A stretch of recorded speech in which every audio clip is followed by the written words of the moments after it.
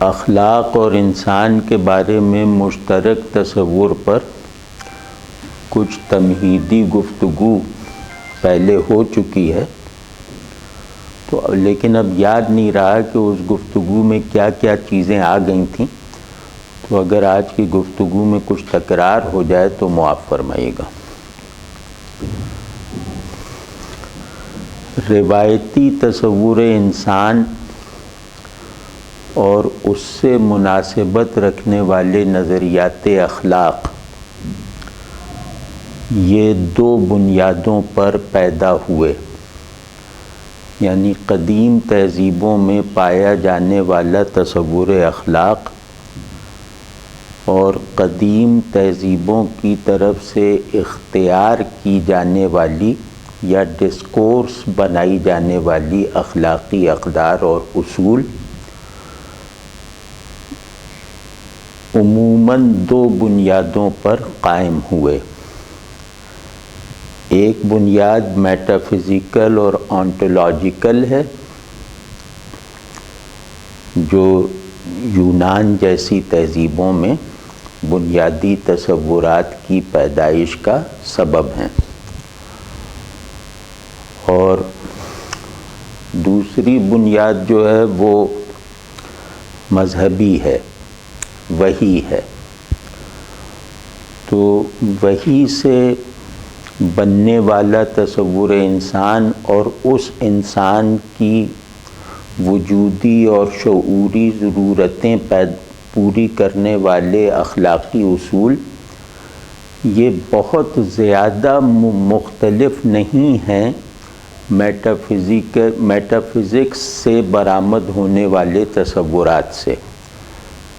مطلب ان کی فہرست میں شاید بہت بڑا فرق نہ ہو، یعنی میں اخلاقی اقدار اور اصول کی بات کر رہا ہوں کہ بنیادی انسانی اخلاق کی فہرست قدیم تہذیبوں میں خواہ وہ مذہبی ہوں یا نہ ہوں، ان میں تقریباً ایک سی ہے، کیونکہ ایک بہت بنیادی آئیڈیا قدیم مذہبی ذہن اور قدیم فلاسفیکل مائنڈ میں مشترک تھا۔ اس آئیڈیا کے اشتراک کی وجہ سے ان کے جو بنیادی اخلاقی تصورات ہیں ان میں بھی تصادم یا ایک دوسرے کے انکار کی حد تک پہنچے ہوئے اختلاف کی نمائش نہیں ہے۔ وہ جو بیسک آئیڈیا تھا، جو لگتا ہے کہ انسانی فطرت میں راسخ آئیڈیا تھا، جسے وحی جو ہے وہ مکمل کرنے اور ایکچولائز کرنے کا راستہ دکھانے آئی تھی، وہ آئیڈیا یہ تھا کہ انسانی نفس ہو یا کائنات، یعنی انسان اور کائنات دونوں کی اصلی بناوٹ اخلاقی ہے۔ یہ ایک ایسا اصول تھا یا ایک ایسا آئیڈیا تھا جس میں ویدانتی تہذیب اور یونانی تہذیب دونوں میں غالباً کوئی اصولی تضاد نہیں تھا۔ تو اس وجہ سے ہم یہ کہہ سکتے ہیں کہ اگر ہم قدیم تہذیبوں میں پائے جانے والے کسی بھی تصور اخلاق کے مجموعے کو قدیم انسان، قدیم ذہن یا روایتی تہذیبوں کا مشترک تصور اخلاق کلیم کریں، تو اس میں کم از کم فارم کی سطح پر، کم از کم واقعاتی درجے پر تردید کی گنجائش نظر نہیں آئے گی۔ ان میں جو فرق ہے وہ میں ابھی ذرا دیر میں عرض کرتا ہوں کہ پیور میٹافزیکل کانسیپٹس اور وحی سے بننے والے ججمنٹس میں جو فرق ہوتا ہے وہی ان میں فرق تھا، لیکن وہ میں جیسے عملی طور پہ عرض کروں گا ابھی۔ تو اس نقطے پر رہتے ہوئے، اس نقطۂ اشتراک پر رہتے ہوئے، اگر ہم روایتی تصورات اخلاق کی فہرست بندی، اس کا تجزیہ، انسان اور کائنات کے انٹریکٹیو ماحول میں اس کی ضرورت، اس کی حیثیت، اس کی اصولی ساخت، یہ سب دیکھنے کی کوشش کریں تو ہمیں کچھ دور تک، کچھ دیر تک مذہبی اور غیر مذہبی کی تفریق رکھنے کی ضرورت نہ پڑے گی۔ تو وہ بنیادی نقطہ وہی ہے جو میں نے عرض کیا کہ انسان اور کائنات دونوں اپنی وجودی بناوٹ میں اخلاقی ہیں، یعنی ایک ہی اخلاقی سبسٹنس ہے جو موجودات کی دو قبیل یا وجود کی دو بڑی مینیفیسٹیشنز کی کفالت کر رہا ہے، ان کو پرنسپلائز کر رہا ہے، ان کو آتھینٹک بنا رہا ہے۔ یعنی وجود کی دو ضرورتیں ہوتی ہیں، اس کو پرنسپل سے جڑا ہوا دکھانا اور اس کو آتھینٹک دکھانا اس کے اندر کے میکینزم کی بنیاد پر۔ تو ایک ہی مورل فارم ہے یا ایک ہی مورل سبسٹنس یا آئیڈیا ہے جو انسان اور کائنات دونوں کے موجود ہونے کی مشترکہ حقیقت اور مشترکہ غایت ہے، یعنی مشترکہ مقصد ہے۔ حقیقت اور غایت میں فرق سمجھتے ہیں نا؟ حقیقت سے کسی چیز کا اوریجن طے ہو جاتا ہے، غایت سے کسی چیز کا اینڈ مقرر ہو جاتا ہے، اور دونوں تبدیل نہیں ہو سکتے، اور دونوں ایک سطح شعور پر اپنی دوئی کو ختم کر کے ایک ہو جاتے ہیں۔ تو یہ جہاں یہ اپنی دوئی کو ختم کر کے ایک ہوتے ہیں، یعنی اوریجن اور اینڈ، وہ اکائی کا نقطہ وحی کی رہنمائی کے بغیر انسان کو فراہم نہ ہوا ہے، نہ ہو سکتا ہے۔ تو غیر مذہبی معنی میں، گریک ریشنلسٹوں کے معنی میں، چینی مورلسٹوں کے معنی میں، مثال طور پر نام لیتے چلے جائیں قدیم تہذیبوں کا، ان میں جب کہا جاتا ہے کہ وجود کی اصل اخلاقی ہے تو اس کا مطلب ہوتا ہے کہ وجود کی اصل خیر ہے، وجود کی اصل حسن ہے۔ خیر کا اصول پیدا ہوتا ہے دوسروں کے حقوق پورے کرنے کے شعور سے اور اس کی ضرورت سے۔ خیر وہ اصل اخلاق ہے جس میں دوسروں کے حقوق پورا کرنے کا ایک پورا نظام پایا جائے، اور حسن وہ جوہر اخلاق ہے جس سے آدمی کی اپنی تسکین کے اسباب میسر آ سکیں۔ تو اخلاقی بیلنس اسی وقت قائم ہوتا ہے جب سبجیکٹ حالت تسکین میں ہو اور آبجیکٹ حالت توازن میں ہو۔ خیر کی مینیفیسٹیشن توازن میں ہے، حسن کی مینیفیسٹیشن یا حسن کا ایفیکٹ جو ہے وہ تسکین کی شکل میں ہے۔ تو اخلاقی اصول دراصل ان دو پولز کو بیلنس رکھنے کے لیے پیدا ہوئے ہیں، وضع ہوئے ہیں یا قبول کیے گئے ہیں۔ تو آپ کی اجازت سے اس بات کو ایک فلسفیانہ انداز سے کہنے کی کوشش کرتے ہیں، اس کے بعد اس کو آسان بنانے کی بھی کاوش کریں گے انشاءاللہ۔ کہ مثال طور پہ سقراط کا یہ تصور کہ وجود خیر ہے، جس کو ابن عربی رحمۃ اللہ علیہ نے ہمارے یہاں آخری درجۂ بیان اور انتہائی مرتبہ ادراک تک پہنچا کے دکھایا۔ انہوں نے کہا وجود خیر ہے اور شر عدم ہے، یعنی یہ ابن عربی کا اضافہ ہے سقراط کے قول پہ۔ تو خیر، تو وجود خیر ہے کا جو مطلب ہے، یعنی وجود کا سبسٹنس خیر ہے، اس کا مطلب یہ ہے کہ وجود دو چیزوں میں بٹا ہوا ہے۔ پورا وجود، آپ وجود کی کوئی بھی قسم تصور کر لیں، اس میں انسان کو اگر داخل رکھیں گے تو وجود کا پورا کارخانہ دو مشینوں پہ چل رہا ہے، دو مشینوں کے باہمی تال میل پر۔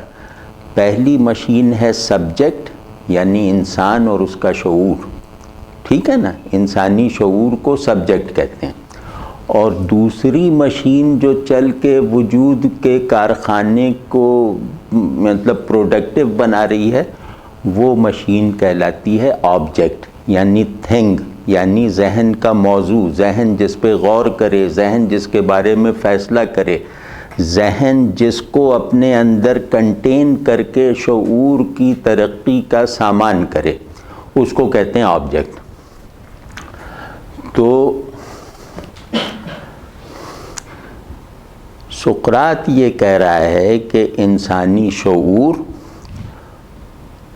اور حقیقت شے، شعور اپنی ارج کے ساتھ، شے اپنی حقیقت کے ساتھ، یہ خیر کے پرنسپل پر کھڑے ہوئے ہیں۔ اگر خیر کا جوہر اس نظام وجود میں سے جس میں انسان سبجیکٹ کی حیثیت رکھتا ہے، یہ یاد رہے، اس نظام وجود میں سے اگر خیر کا عنصر منہا کر لیا جائے، خیر کا جوہر کھینچ لیا جائے، تو موجود ہونے کے تمام اسباب فنا ہو جائیں گے، موجود ہونے کے تمام معانی ایبسرڈ ہو جائیں گے، موجود ہونا قابل اظہار بھی نہیں رہے گا اور لائق ادراک بھی نہیں رہے گا، یعنی موجود ہونا نہ سبجیکٹ میں آ سکے گا نہ آبجیکٹ میں مینیفیسٹ ہو سکے گا۔ واضح ہے نا؟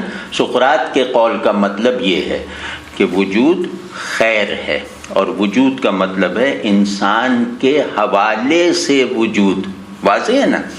تو اسی کو افلاطون نے اور واضح کر کے کہا کہ حقیقت کی ساخت اخلاقی ہے۔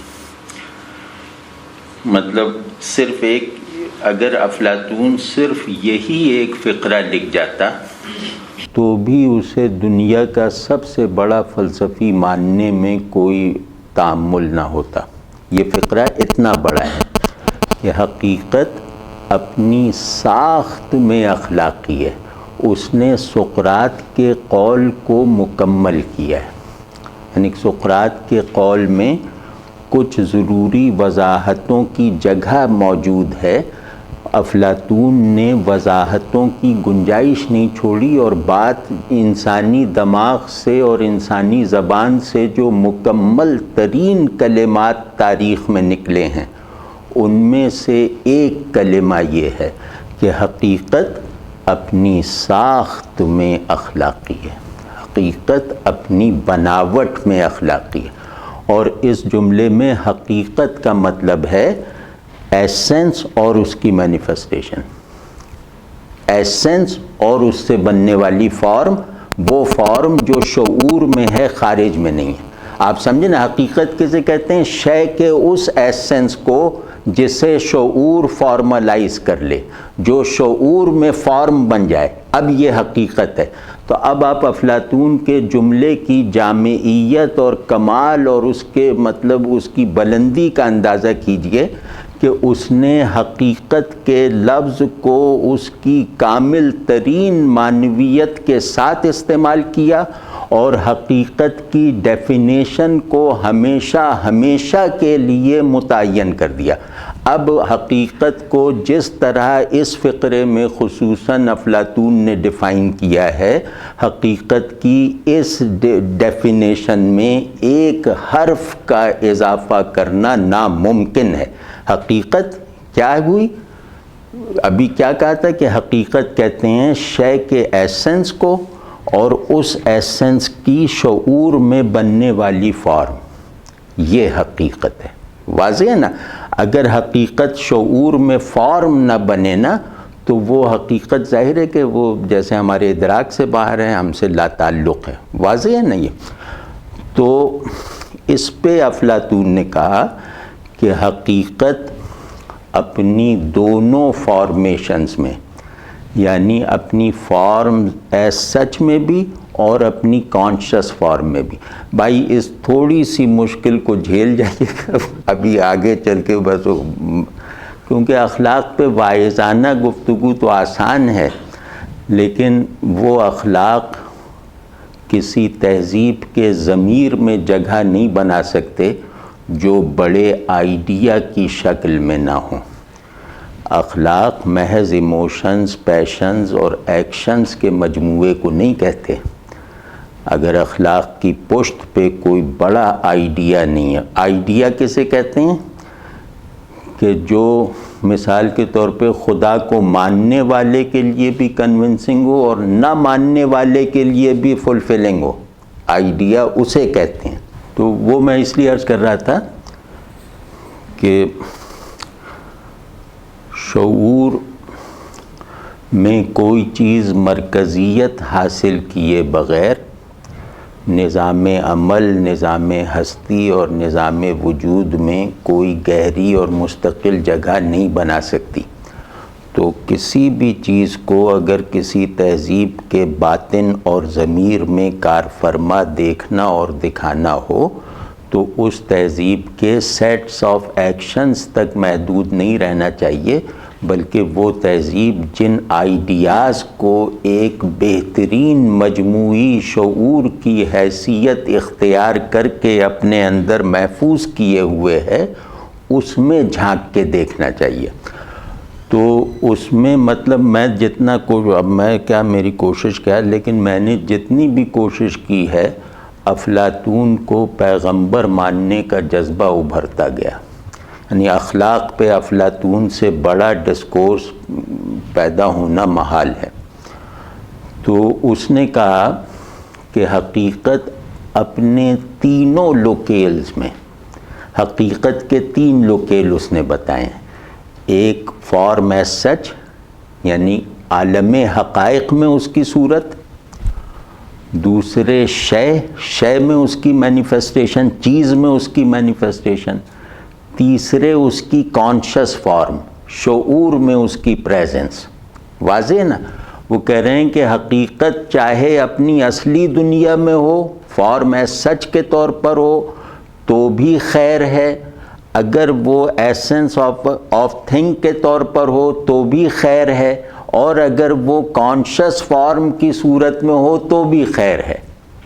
واضح ہے نا؟ تو اسی بنیاد پہ اس نے کہا کہ سب سے بڑا آئیڈیا آف گڈ ہے، یعنی سب سے بڑا آئیڈیا کہنے کا کیا مطلب ہے کہ موجود ہونے کے تمام مثبت احوال، بقا کو حاصل کرنے کے تمام ممکنہ اسباب، وہ تصور خیر کو ایکچولائز کرنے کے نتیجے میں پیدا ہوں گے۔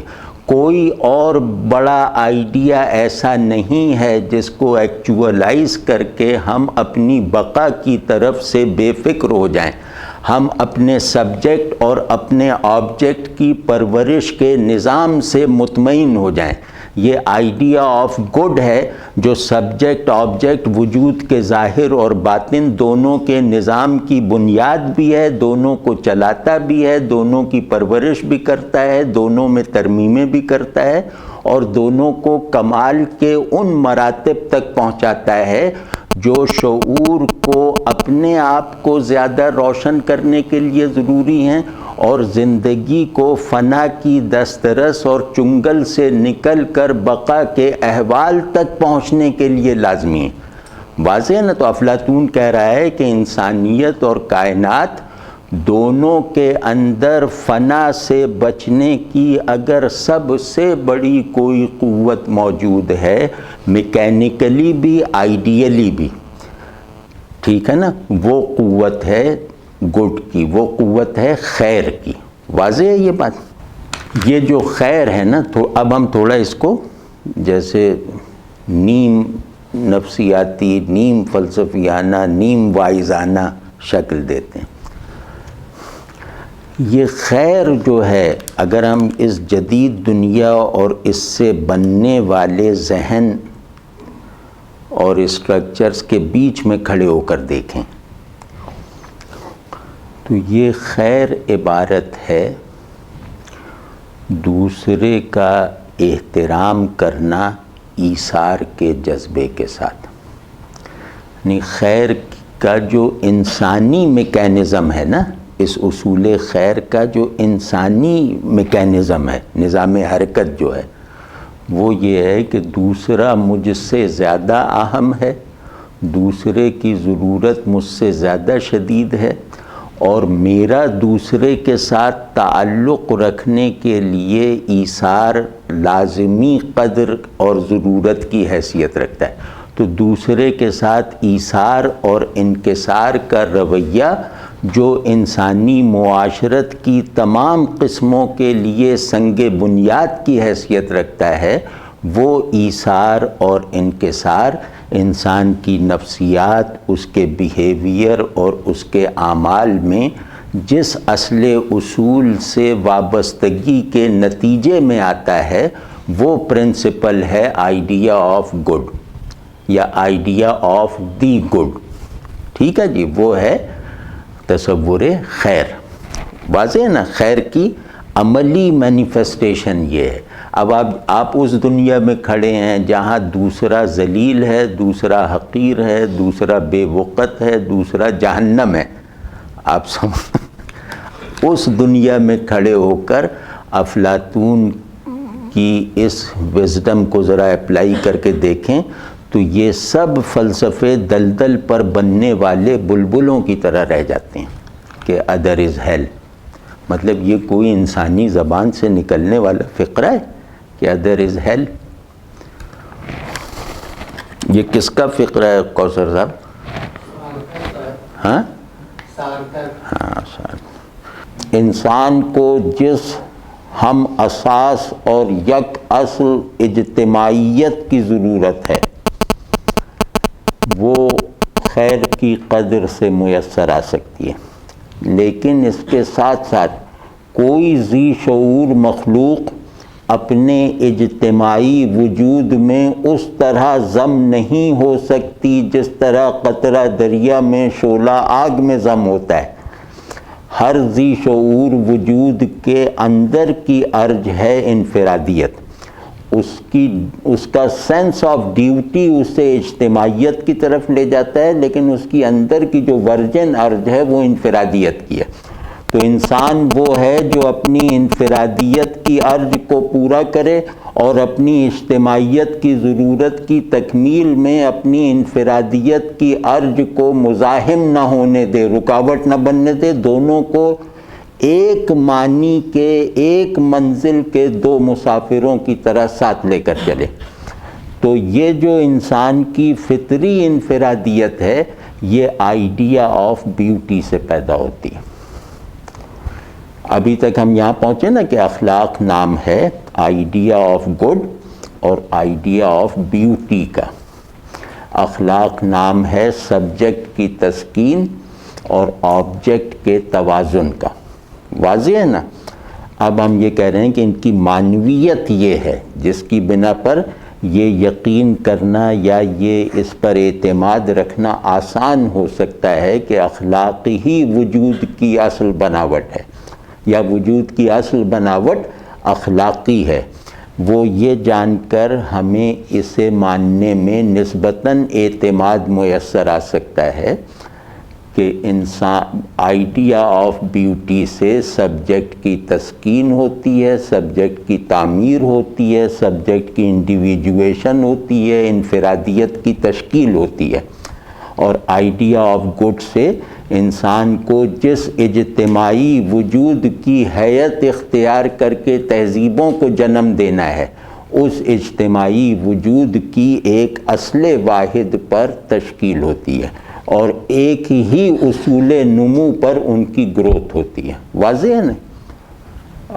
چائنیز ماڈلسٹ کا نام لیا ہے. ہاں، چائنا میں دو روایتیں نا اخلاقی. تو ایک تاؤ ہے، ایک کنفیوشس کی روایت ہے، لاؤزے کی روایت ہے. وہ میٹا فزیکل ہے،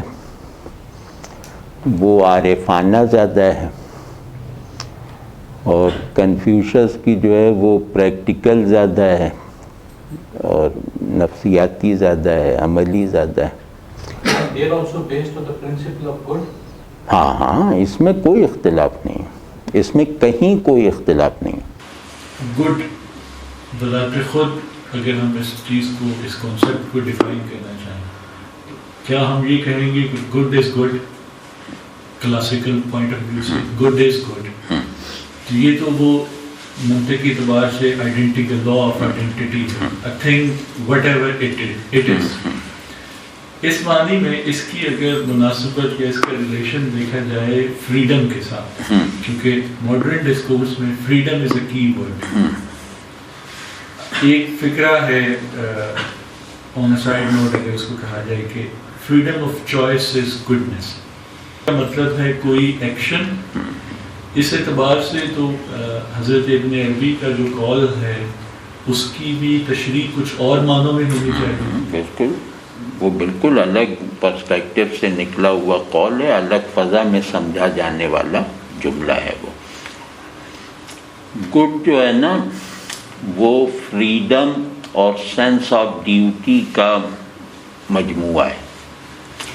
گڈ کے ساتھ میری نسبت کے یہ دو چینل ہیں کہ میں آزادی کے ساتھ اپنی ذمہ داری سیلف لیس ہو کر انجام دوں.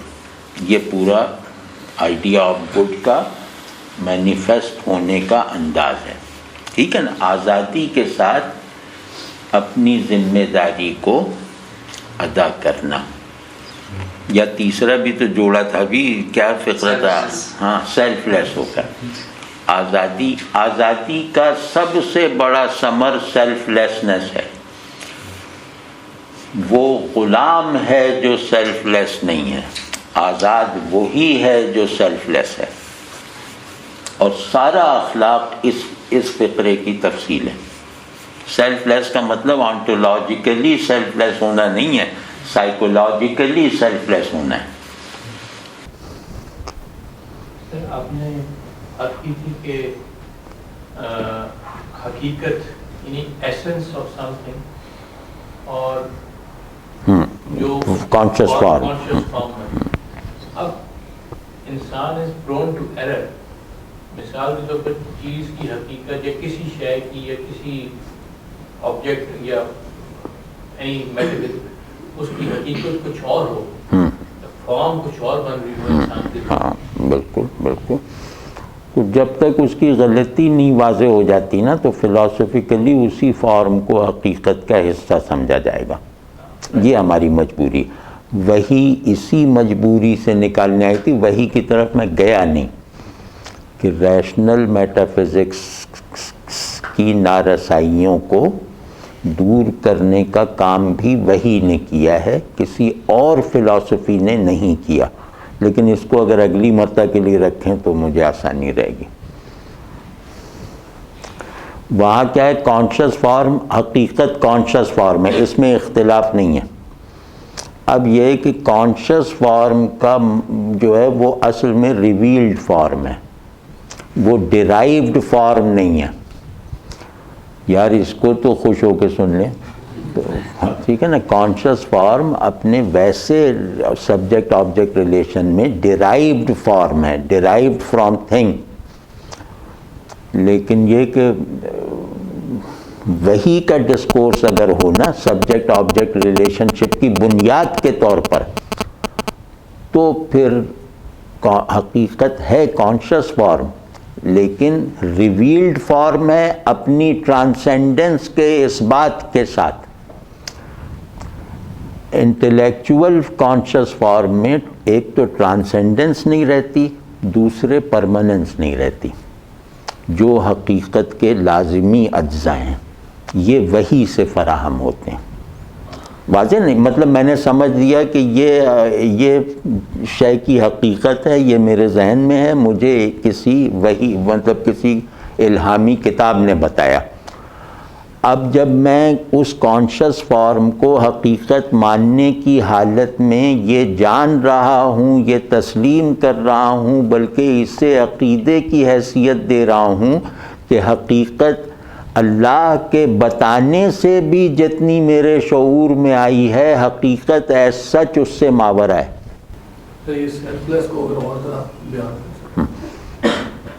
سیلف لیس وہی ہے نا, جب میں آپ کے آگے جھک جاؤں تو میں نے خود کو چھوڑا. سیلف لیس کا آسان بتاتا ہوں جو زیادہ صوفیانہ نہ لگے اور زیادہ فلسفیانہ بھی نہ لگے.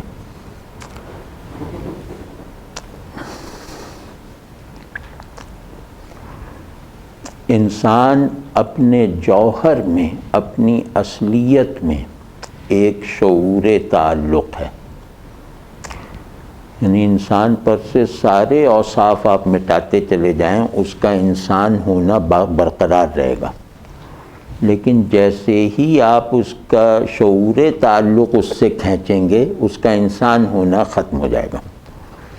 تو اخلاق نام ہی ہوتا ہے انسان کا دوسروں سے تعلق کن بنیادوں پر استوار ہونا چاہیے۔ اخلاق اصل میں ہمیں اس کی رہنما، اخلاق علم تعلقات ہے، قدر تعلق ہے، واضح ہے نا یہ؟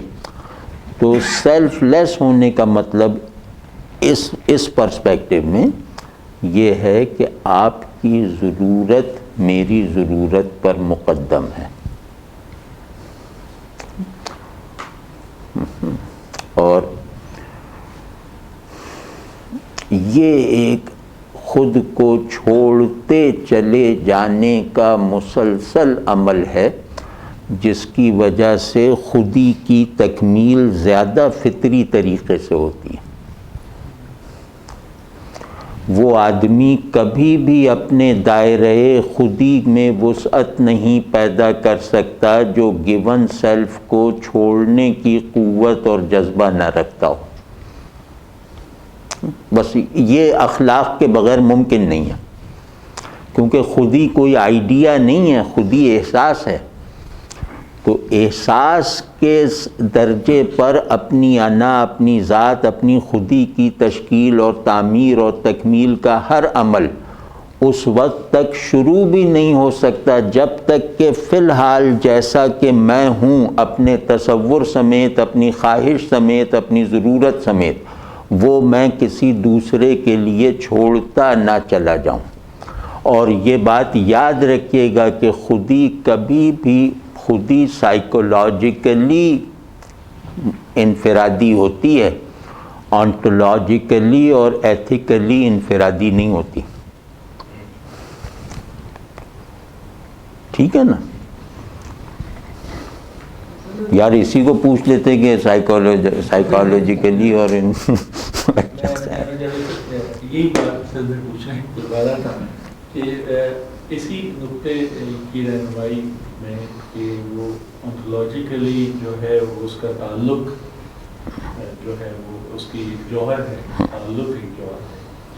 تو جب ہم گریک کنسیپشن میں جاتے ہیں جہاں سقراط ہمیں بتا رہا ہے، جو فکرہ آپ نے اس کا بتایا، اس نوعیت میں تو جو تعلق کا احساس ہے وہ بڑا مختلف ہے۔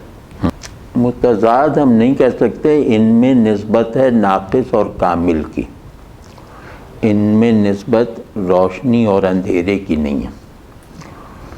تو کیونکہ مذہب اپنے وہی آئیڈیاز اسٹیبلش کرتا ہے ایمانی فارم میں جو فطرت میں پہلے سے رکھے ہوتے ہیں۔ تو فطرت تک کامل رسائی فطرت بنانے والے کو ہے، لیکن عقل اپنی خلقت میں فطرت تک ادھوری رسائی ضرور رکھتی ہے۔ تو ہم کہہ سکتے ہیں کہ گریک اس میں وہ ادھورا رہ گیا، وہی میں ظاہر ہے وہ کامل ہو گیا کہ تعلق کا مطلب، تعلق اگر سائیکلک فلو نہ رکھے تو وہ تعلق جو ہے وہ صرف دنیا میں ہے۔ اس کا سائیکلک ہونا مجھے صرف اس دنیا کا شہری نہیں رہنے دیتا، لیکن جب ہم یہ وحی کی بنیاد پہ بننے والے اخلاق پہ جائیں گے تو انشاءاللہ عرض کریں گے۔ صاحب یہ بتائیے کہ سیلف لیسنس جو ہے وہ اخلاق سے پیدا ہوتی ہے یا اخلاق جو ہے وہ سیلف لیسنس؟ دونوں طرح ٹھیک ہوتا ہے۔ دو اچھی چیزیں جو ہیں نا، دو اچھی اور مطلوب چیزوں کا تعلق دونوں رخ سے ٹھیک ہوتا ہے، دونوں ایک دوسرے کا سبب بن سکتی ہیں، دونوں ایک دوسرے کا نتیجہ بن سکتی ہیں۔ یہ جو مطلق اچھائیاں ہوتی ہیں نا، یہ ان کا نظام ہے کہ ان میں تقدیم اور تاخیر، پہلے اور بعد کا کوئی جبری نظام نہیں ہوتا، ان میں ہر چیز دوسرے کی ماں بننے کی صلاحیت بھی رکھتی ہے اور دوسرے کی بیٹی بننے کی قابلیت بھی رکھتی ہے۔ اس لیے کہ یہ جو کانسیپٹ آپ نے بات کی تھی ادر از ہیلتھ، وہ تو ہم نے محدود کر دیا کہ یون پال سارترے نے کہا لیکن اس کو اگر ویسے دیکھا جائے تو ہمارے معاشرے میں بہت لوگ کہتے ہیں کہ ہاں زبان حال سے کہتے ہیں باقی تمام دنیا بھاڑ میں جائے. بھاڑ میں جائے سوائے مسلمانوں کے، یا میرا جو فرقہ ہے یا میرا جو سوچ ہے وہی. بلکہ یہ کہ میری ذات کے سوا اور میرے قریبی گھر والوں کے سوا سب بھاڑ میں چلے جائیں، یہ ایک ظاہر ہے. یہ سر اس کو ہم دوسری میننگ میں لیں، جو ہمارا لٹریچر ہے وہ بھی تو ادرنیس کو ہیل کہہ رہا ہے نا، فارسی میں بھی اردو میں بھی، جب تک دوئی ہے تو آپ ہیل میں ہیں.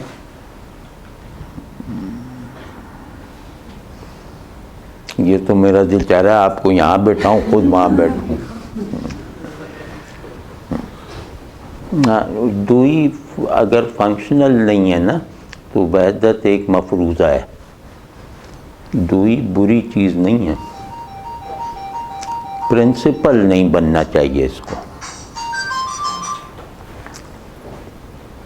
دوئی کا فنکشنل ہونا ہی وحدت کو میرا عقیدہ بننے کی راہ دیتا ہے.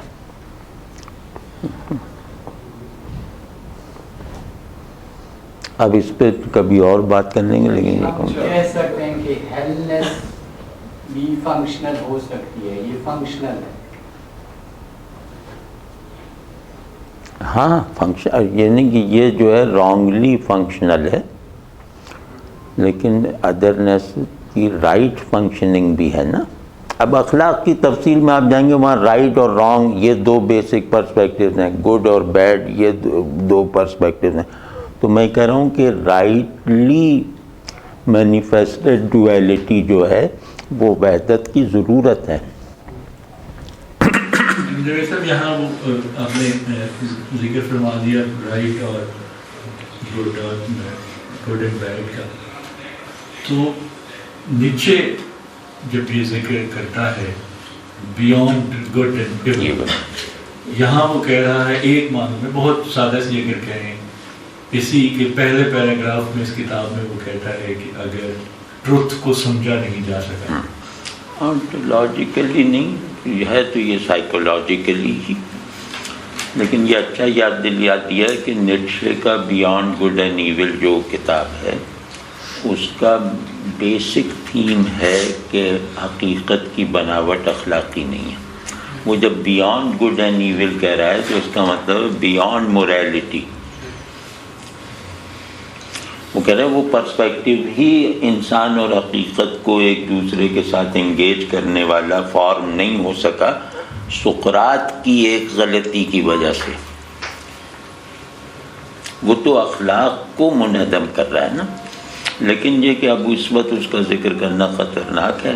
بہرحال اس کا مقصود یہ تھا کہ اخلاق انسانی بے بسی اور گراوٹ کی پیداوار ہے، انسان کی قوت اور کمال سے اس کا کوئی تعلق نہیں. ویسے کیا ہم یہ جسارت کر سکتے ہیں کہ ہم نیچے کا یہ مطلب نہ لیں اور کچھ اور لیں؟ نہیں، جسارت کا مطلب وہ تو ظاہر ہے وہ نیٹشے تو اب آپ کے ہاتھ میں بھی میرے ہاتھ میں بھی، لیکن کیونکہ نیٹشے یہ صاف لفظوں میں کہتا ہے نا کہ انسانوں کو نقصان پہنچانے والا سب سے بڑا تصور خیر و شر ہے. تو تصور خیر و شر کہیں یا اخلاق کہیں یہ ہم مانی بات ہے. اور پھر یہ کہ وہ جو برتھ آف ٹریجڈی میں دیکھیں نا وہ کیا کہہ رہا ہے، برتھ آف ٹریجڈی میں کہہ ہی رہا ہے کہ انسان کی خودکشی کا سب سے بڑا ٹول اس کا تصور اخلاق ہے، چاہے وہ مذہبی ہو یا نہ ہو. اس معنوں میں میں کہہ رہا ہوں کہ وہ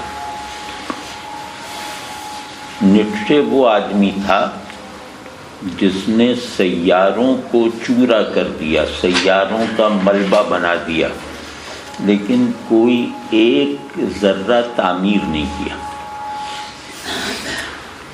مطلب اس نے یہ دکھا دیا کہ انسان کی قوت سیاروں کو بھی پامال کر سکتی، لیکن یہ نہیں دکھایا کہ انسان کی یہ قوت کیا ایجاد کر سکتی ہے. اس میں اس نے خود کو حالت انتظار میں رکھا. ویسے اگر آپ کے ذہن میں کوئی اور ہے تو آپ بتائیے. یہ جو تصور خیر و شر کو اگر وہ جس طرح کرتا ہے اس کی یہ وجہ بھی تو نہیں کہ ہم نے تصور خیر و شر کے ساتھ جو آئیڈیالوجی لگا دیتے ہیں وہ بھی اس کی ایک بیس ہو سکتی ہے. نہیں، وہ کہتا ہے چاہے یہ آئیڈیالوجیکل ہو چاہے آئیڈیالوجیکل نہ ہو، یہ تصور ہی انسان کے وہ جو اس انسانی وجود کی جو نیچرل بہاؤ کی کیفیت ہے اس میں بند باندھتا ہے. مجھے یہ لگتا ہے، میرا یہ خیال ہے نیچے کے ہی کچھ جملوں کو سامنے رکھتے ہوئے کہ وہ مذہبی اور غیر مذہبی تصور میں خیر و شر کو چیلنج کرتا ہے یا اس کو ایک وجہ بتاتا ہے، اسی لیے کہ یہ انسان میں جو مینلینس جس کو وہ کچھ جگہوں پہ کہتا ہے کہ فریڈم، مین کے اندر جو فریڈم ہے اس کو پابند کرتے ہیں. اور اس کو میں انہی کی بات کو تھوڑا سا اور ایکسٹینڈ کرتے ہوئے کہ اس کی وجہ یہ ہے کہ نفی چاہے ذات کے اعتبار سے ہے یا نفی منطقی اعتبار سے ہے، نیگیشن، یہ نیچے کی مراد تو نہیں ہے. شاید اس کو کچھ اور مانتے اس سے آپ اس کو وہ تو کر سکتے ہیں کاؤنٹر، لیکن نیچے کی مراد پہلی باتیں ہوتی کہ وہی میں عرض کر رہا تھا دوسرے لفظوں میں. لیکن نیچے اس خیال کو قبول نہیں کرے گا کہ ہم نے چیزوں کو ایک دوسرے کے اپوزیشن میں دیکھنے کی جو ایک عادت پال رکھی ہے یہ ہمیں حقیقت سے اور خود سے دور کیے ہوئے ہے. یہ تو بعد میں آ کے ایگزسٹینشلسٹوں نے کیا. نیٹشے اس کو قبول نہیں کرے گا. نیٹشے کہے گا کہ خیر مطلق ہو، شر سے بے نیاز ہو تو بھی وہ بیڑی ہے، اور شر اگر خیر کا اپوزٹ نہ بھی ہو تو بھی یہ بیڑی. لیکن آپ نے ایک جملہ اچھا پکڑا تھا، اس کو لے کے چلنا چاہیے کہ قدیم فلسفیانہ فکری روایتوں نے نفی کا استعمال درست نہیں سمجھا. نفی میں پوشیدہ قوت کو انسان کے لیے پروڈکٹیو نہیں بنایا. نفی کو جو ہے وہ محض ایک اخلاقی قضیہ بنا کر رک گئے یا محض ایک ریشنل ججمنٹ بنا کر رک گئے. اس میں انسان کی خلقی پاور کو ایکسپریس ہونے کا موقع نہیں دیا. اس کی اصل شکایت یہ ہے کہ انسان پاور پہلے ہے، ریزن اور انٹیوشن اور ریلیجس اور ریلیجس بعد میں ہے. تو ان معنوں میں اس مطلب یہ ایسا ہے کہ اس میں تعویل نہیں ہے، یہ بالکل واضح ہے کہ نیٹشے ہر مورل کنڈیشن کو، نیٹشے کی لڑائی ہی اس بات پہ ہے کہ وہ ہر مورل کنڈیشن کو انسان کی گراوٹ، کمزوری اور شکست سمجھتا ہے. وہ مورل کنڈیشن چاہے ہم نیچر کے نام سے لگائیں چاہے مذہب کے عنوان سے کریں. اب یہ صرف نیٹشے کا بیان ہے، یہ اس پر ہماری رائے نہیں ہے. کیا اس میں جی اخلاقیات کے حوالے سے خیر و شر میں توازن ہے؟ اخلاقیات کو ہم اس سینس میں بھی دیکھ سکتے ہیں. ہاں، کانسیپچول توازن ہے، پریکٹیکل نیگیشن ہے. کانسیپٹ مطلب کانسیپٹ آف موریلٹی بنتا ہی خیر و شر کے بیلنس سے ہے، لیکن ایکشن آف موریلٹی جو ہے نا وہ خیر کے غلبے کا نام ہے. خیر کا نہ ہونا شر ہے. ایک یہ بھی نہیں ہو سکتا خیر کا صحیح کنسٹرکٹ نہ ہونا بھی شر ہے. بہت صحیح ہے، وہ بھی خیر کا نہ ہونا ہی ہے. لیکن دودھ کی جگہ پانی کو آپ کہیں دودھ ہے تو یہ دودھ کا نہ ہونا ہے، اور دودھ میں تیزاب ملا دیں تو بھی وہ نہ ہی ہونا، وہ دودھ نہیں ہے. آپ نے بات کی سیلف لیس اور اخلاق کا، وہ جو ہے دونوں ہی ٹھیک ہے، یعنی کوئی وہ جنریٹ کر سکتے ہیں ایک دوسرے کو، اس لیے کہ دونوں کی وحدت ایک ہے. جو آپ فرما رہے تھے کہ خیر جو ہے وہ حقیقت خیر ہے، یہ وحدت وجودی نظریے سے قریب ہے. ہاں ہاں بالکل بالکل. ابن عربی نے خود کہیں وحدت الوجود کی اصطلاح استعمال نہیں کی، لیکن اس کے باوجود وہ جہاں اپنے وہ ہائرارکی آف بینگ بتاتے ہیں اس پورے ڈسکورس کا آغاز ہی ایسے ہوتا ہے، الوجود و خیر.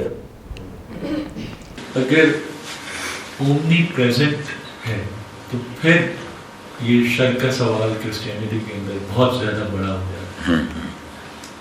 اومنی پریزنٹ تو ہے وہ، لیکن بینگ کی سطح پر ہے، شعور کی سطح پر نہیں ہے۔ تو ایسا اومنی پریزنٹ خدا جس کی اومنی پریزنس وجود میں تو قانون کی طور پہ موجود ہو لیکن اس کی پرسیپشن ناقص رہ جائے، تو اصل میں اومنی پریزنس کی پرسیپشن کے ناقص رہ جانے کا نتیجہ آئیڈیا آف ایول ہے۔ ہونا بھی فری ول ہے۔ ہاں فری ول ہے۔ فری ول نقص سے ازالے کی گارنٹی نہیں ہے، فری ول ہے نقص سے نہ ڈرنا۔ ہر نقص برا نہیں ہوتا۔ اگلی مرتبہ کے لیے میں ویسے کہہ رہا ہوں کہ ریلیجس مورالٹی جو ہے نا اس کے 3 اصول ہیں۔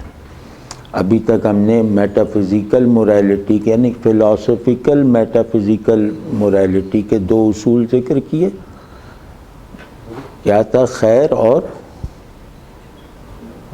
حسن۔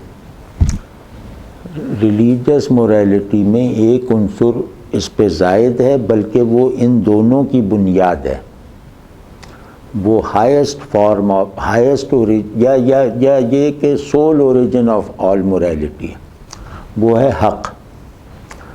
تو ہمارے تصور اخلاق کی بنیاد 3 باتوں پر ہے، 3 اصول پر ہے: حق، خیر اور حسن۔ حق کی آبجیکٹیفیکیشن سے خیر پیدا ہوتا ہے، حق کی سبجیکٹیوائزیشن سے بیوٹی پیدا ہوتی ہے۔ اس سے ہم اگلی مرتبہ اللہ نے چاہا تو شروع کریں گے۔ وہ حق نہیں ہے جو دوسرے کے لیے مفید نہ ہو، اور وہ حق نہیں ہے جو شعور کے لیے فلفلنگ نہ ہو۔ حق بیوٹیفائڈ نہ ہو تو حق کا بیان مکمل نہیں ہے، اور حق جو ہے وہ گڈنس کے ساتھ نہ ہو، افادیت کے ساتھ نہ ہو تو اس پر عمل مکمل نہیں ہے۔ تھوڑی سی اس کی تشریح کریں گے کہ حق کو مذہبی ریلیجیس مورالٹی میں تو ہم حق کو ایک بہت ہی central point, non religious morality میں یا میٹا فزیکل مورالٹی میں حق کی پلیس کیا، یا وہ حق کو اس طرح وہ نہیں، وہاں وہ پرائم ریئلٹی ہے۔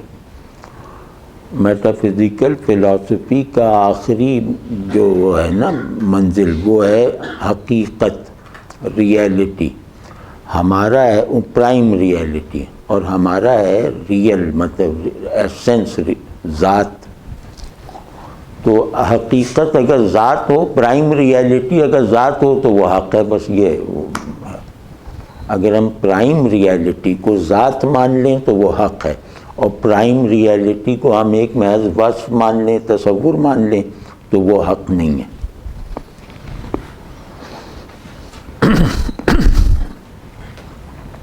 یہ ہم بعد میں ٹیڑھیں گے کہ حق فلسفے کی کتنی بڑی بڑی خامیوں کو وحی نے دور کیا ہے، یعنی اچھا فلسفی بننے میں کیا مدد فراہم کی ہے۔